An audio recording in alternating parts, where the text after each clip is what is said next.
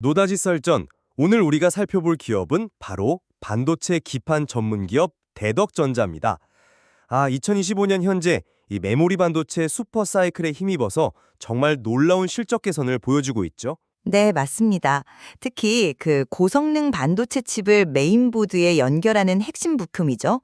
FCBGA, 그러니까 플립칩 볼 그리드 어레이 사업부가 수년간의 적자를 드디어 끊고 턴어라운드에 성공한 게 시장의 기대감을 한껏 키우고 있습니다.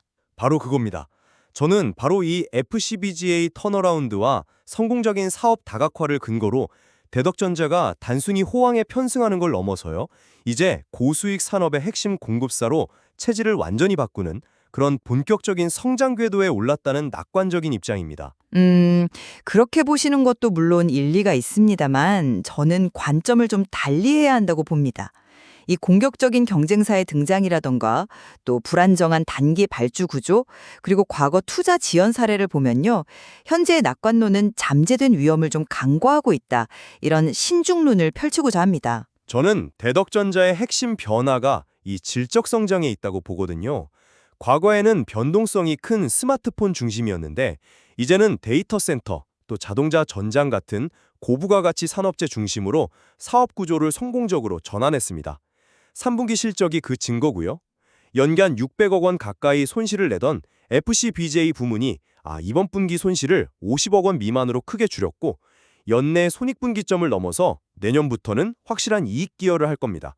기존 이익에 600억 원이 그냥 더해지는 효과죠. 글쎄요. 그 장밋빛 전망의 이면을 좀 봐야 하지 않을까요? FCBJ 턴어라운드를 너무 확신하시는 것 같습니다. 여전히 그 비메모리 부문 공장 가동률은 50% 후반에 머물러 있습니다. 또 메모리 모듈용 기판 MLPG 증설이 내년 상반기에 완료될 거라고 하셨는데 과거 설비업체 문제로 이미 6개월이나 지연된 사례를 고려하면 이번에는 정말 문제 없이 진행될 거라고 보시는 특별한 이유라도 있으신가요? 네. 좋은 지적이십니다. 하지만 그 투자 지연 리스크는 이미 시장에 알려진 사실이고요. 현재 반도체 기판의 공급 부족이 2026년까지 이어질 전망이라 증설만 완료되면 이건 생산하는 족족 판매로 이어질 수밖에 없는 구조입니다. 가격 협상력에서도 당연히 우위를 점할 수 있고요. 오히려 저는 그 단기 발주 구조에 대한 우려가 더 큰 쟁점이라고 생각합니다. 바로 그 지점입니다. 고객사들이 재고를 쌓아두지 않고 3개월 이하의 단기 발주로 대응하고 있다는 점. 지금처럼 수요가 폭발할 때는 문제가 없겠죠. 하지만 시장 분위기가 조금이라도 꺾이면 주문이 그야말로 절벽처럼 끊길 수 있는 매우 취약한 구조거든요. 또 경쟁사가 칩 크기 그대로 패키징하는 그 CSP 기술 시장에 공격적으로 진입하면서 대덕전자의 점유율을 위협하는 것도 엄연한 현실입니다. 그 주자는 좀 받아들이기 어렵습니다. 단기 발주는 오히려 재고 부담 없이 생산 즉시 판매가 이루어질 만큼 수요가 탄탄하다는 반증 아닌가요? 월별 요구 물량도 계속 늘고 있는 상황이고요.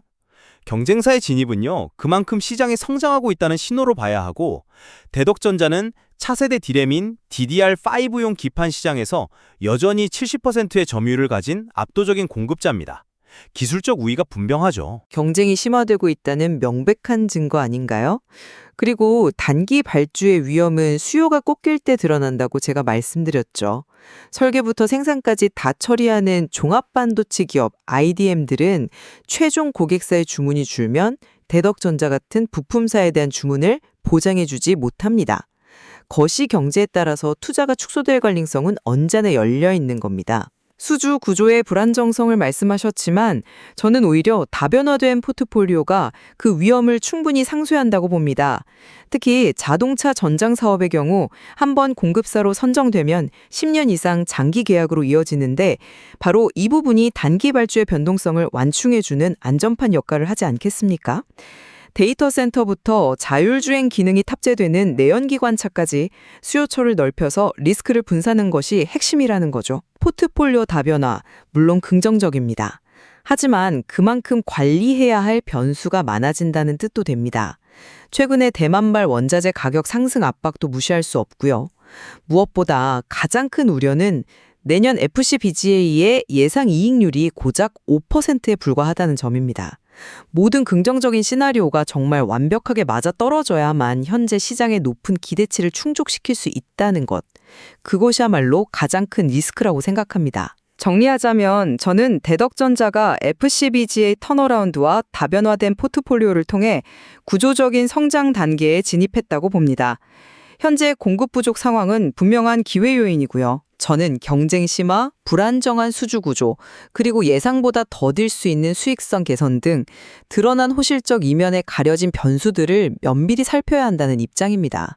보다 신중한 접근이 필요합니다. 네, 대득전자의 미래를 둘러싼 두 가지 다른 시각을 들어보았습니다. 이 논의가 시청자 여러분께서 기업을 다각도로 분석하시는데 깊이를 더했기를 바랍니다.